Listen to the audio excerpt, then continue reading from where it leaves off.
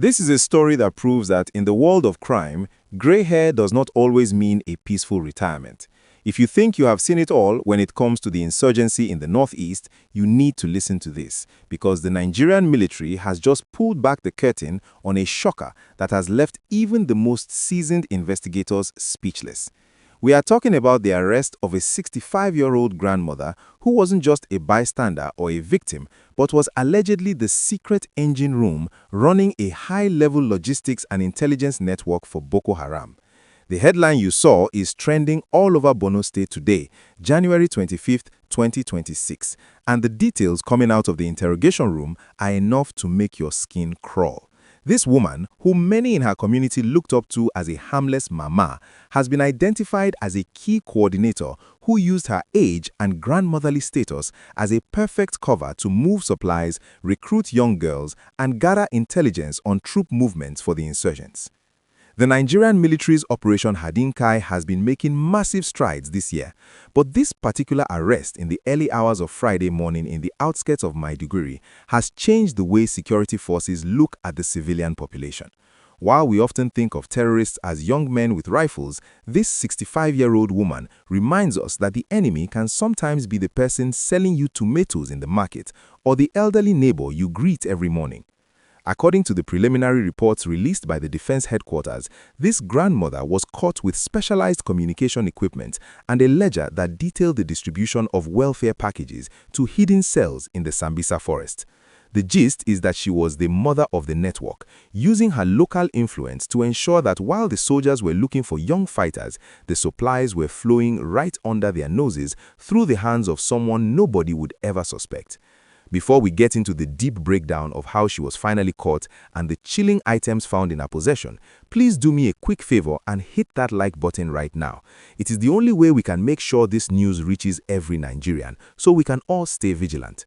And if you haven't joined this community yet, please click that subscribe button and turn on the notification bell. We are tracking the security situation in the Northeast 24/7, and you need to be the first to know when the next big fish, or in this case, the next big mama, is caught. Now, let's look at the operation she was running. Imagine a 65-year-old woman sitting in her compound, surrounded by her grandchildren, while secretly coordinating the delivery of fuel, medicine, and even ammunition to the very people who have been terrorizing her own region for over a decade. The military intelligence officers had been tracking a specific supply line that seemed to disappear every time it entered the residential areas of the city. They couldn't figure out where the goods were being stored until a whistleblower within the camp of surrendered insurgents gave up the name of a woman they simply called the grandmother. When the soldiers raided her home, they didn't just find food, they found hidden compartments in her kitchen floor containing high-grade encrypted radios and thousands of dollars in different currencies. This is a massive blow to the remnants of the Boko Haram and ISWAP factions, because she wasn't just a courier, she was a strategist. She knew how to navigate the checkpoints. She knew which soldiers were on duty and at what time. She used the pity and respect that Nigerians have for the elderly to bypass security. If a 65-year-old woman is carrying a heavy basket, most soldiers would offer to help her rather than search her. She weaponized the very culture of respect that we hold dear in Nigeria to facilitate the deaths of our young men in uniform. The shocking part is that she has reportedly confessed to being involved for over 7 years, which means she survived multiple administrations and security reshuffles, quietly maintaining the lifeline of the insurgency while everyone else was looking the other direction. The Nigerian government is using this arrest to send a stern warning to everyone. The war against terror in 2026 has no age limit. If you are involved, you will be caught. There is also a very sad side to this story that we must discuss. The military found that she had been grooming young girls in her neighborhood, slowly radicalizing them under the guise of teaching them trade or offering them protection. She was essentially a recruitment officer, turning the next generation into tools for the same group that destroyed their future. This is why this news is so captivating. It's a betrayal of the highest order. A grandmother is supposed to be a protector, a symbol of wisdom and peace, not a coordinator for a death squad. As the interrogation continues, more names are being dropped. We are hearing that her arrest has already led to the pickup of 4 other suspects in the Mafa and Dikwa local government areas.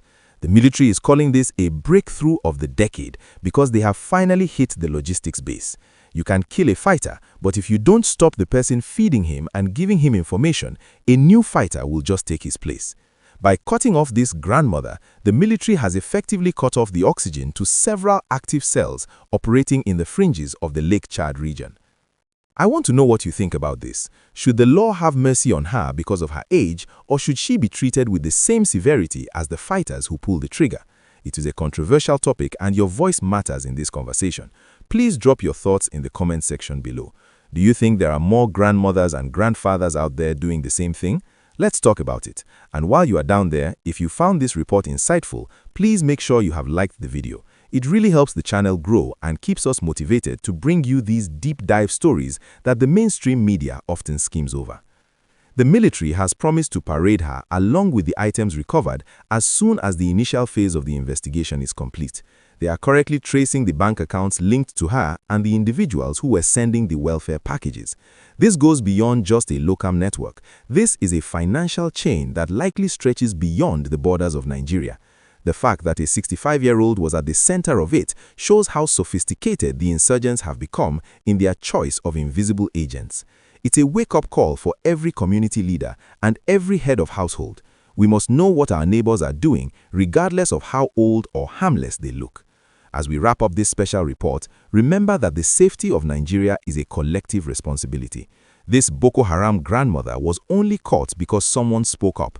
Vigilance is the price of liberty. We will be following this story closely to see if she is officially charged in court this week and what her defense will be. Will she claim she was forced? Will she claim she didn't know what was in the packages? The evidence found under her floor suggests otherwise, but in the court of law, anything can happen. Thank you so much for staying with us through this breakdown. This is the story of the 65-year-old who chose a path of destruction over a peaceful old age. Please, if you haven't already, subscribe to the channel and share this video. The more people who see this, the harder it becomes for these networks to operate in the dark. Your support means everything to us. Stay safe, stay observant, and I will see you in the next update with more gist from around the nation.